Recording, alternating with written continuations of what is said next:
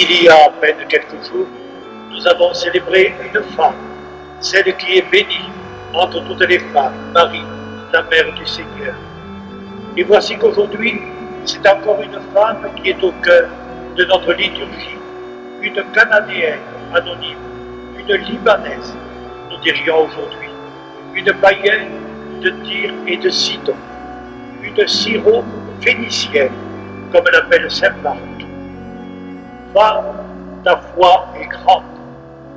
Voici qu'à travers elle, c'est tout le monde païen qui est salué par le Christ et par l'Église primitive qui a retenu cette scène. À travers elle, c'est l'âme païenne, avec tout ce qu'elle a de droiture, d'ouverture, de confiance, qui est saluée par le Christ, qui est appelée par le Christ.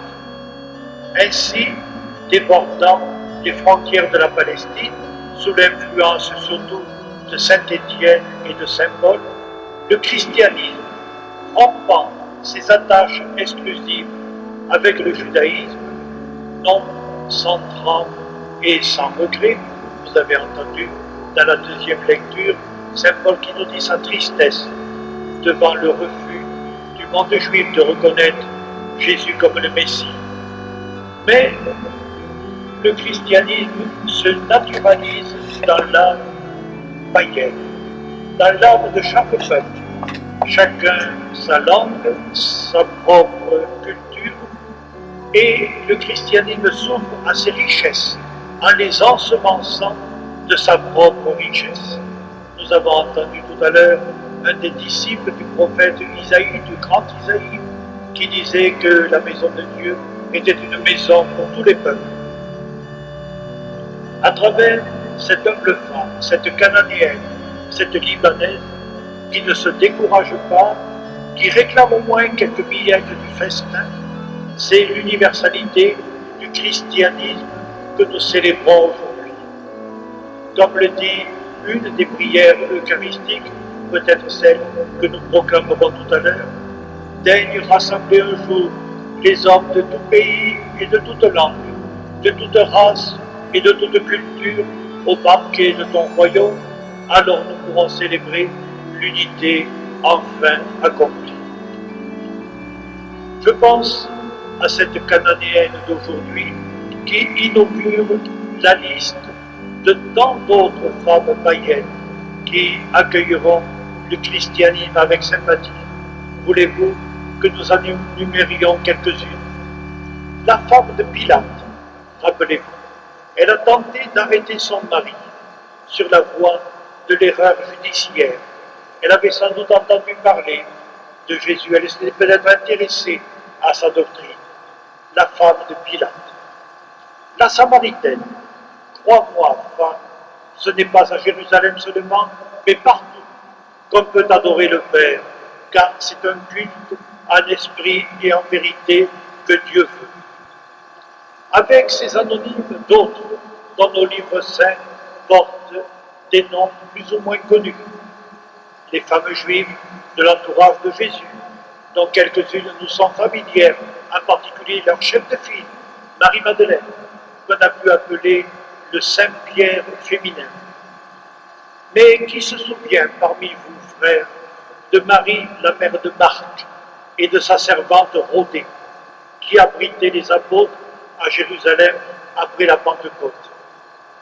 Qui se souvient de Tabitha, son nom veut dire la gazelle, Babiche, lui disait sans doute son mari. Tabitha, la gazelle, riche de bonnes œuvres et d'aumônes qu'elle faisait, nous disent les actes des apôtres. Qui se souvient de la première européenne qui a accueilli le christianisme à 2 pas de Salonique, à Philippe? Elle s'appelait Lydie de Thyatire. Elle était négociante en textile et en colorant.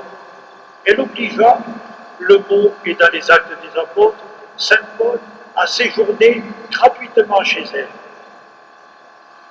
Je pense à elle quand je vois tant de personnes âgées sur la paroisse qui acceptent de donner un peu de leur temps. Par exemple, ne serait-ce qu'en balayant tous les lundis l'église. Un peu de leur argent aussi, et pourtant elles n'ont sans doute que leur retraite, mais la modicité de leurs revenus ne les empêche pas d'être des plus généreuses. Qui se souvient de Priscille, réfugiée à Corinthe, ayant perdu tous ses biens, mais elle se dévouait autrement. Pour me sauver, dira saint Paul, elle a risqué sa tête, et je ne suis pas seul à lui devoir de la gratitude en pays païen. Et Phébé, la diaconesse, et les 4 filles du diacre Philippe qui prophétisaient, et Damaris, qui, dans le milieu intellectuel d'Athènes, fut une des rares à croire aux paroles de saint Paul. Plus près, et même chez nous, si vous avez visité la cathédrale de Maguelone, vous avez peut-être vu une inscription qui date des environs de Dioclétien, paraît-il. C'est la pierre tombale de Véra. Et le texte dit qu'elle repose dans la paix. Peut-être une martyre, la première chrétienne de notre région. Voilà les saintes inconnues du christianisme et j'en passe. Il suffit pour les connaître de lire les actes des apôtres et les épîtres de saint Paul. J'ai toujours été scandalisé de voir que le peuple chrétien si prodigue en statues et en dévotion, peut-être pas chez nous, car à cette époque-là, 17e, 18e siècle, c'était plutôt des tableaux que des statues, mais dans d'autres églises que de statues. Il y a, et surtout, la statue de Sainte Rita.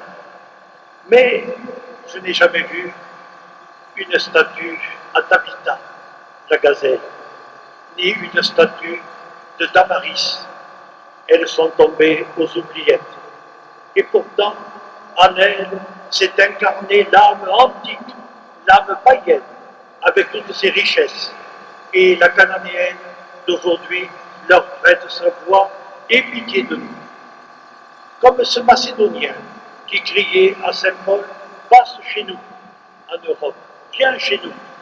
Elles disent au Christ, donne-nous quelques billets du salut, donne-nous quelques billets de la bonne nouvelle du salut, donne-nous quelques billets du festin. Femme antique, femme de tous les temps, ta foi est grande. On a pu dire que la femme paraît plus religieuse que l'homme. En général d'ailleurs, dans nos églises, ce sont plutôt des femmes qui constituent la majorité de l'auditoire. Peut-être parce qu'elles sont des êtres de sentiments et de sensibilité. L'homme est peut-être plus imperméable aux sentiments religieux. Il est plus technicien, plus près des réalités concrètes et efficaces, rentable, plus calculateur. La femme, elle, a sans doute le sens du gratuit, du désintéressé, le sens de la vie, de la durée, de l'inexprimé et de l'inexprimable.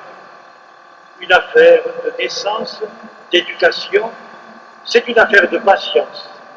Ce n'est pas immédiatement rentable. Une affaire de temps et de dévouement, ce qui est proche des valeurs religieuses.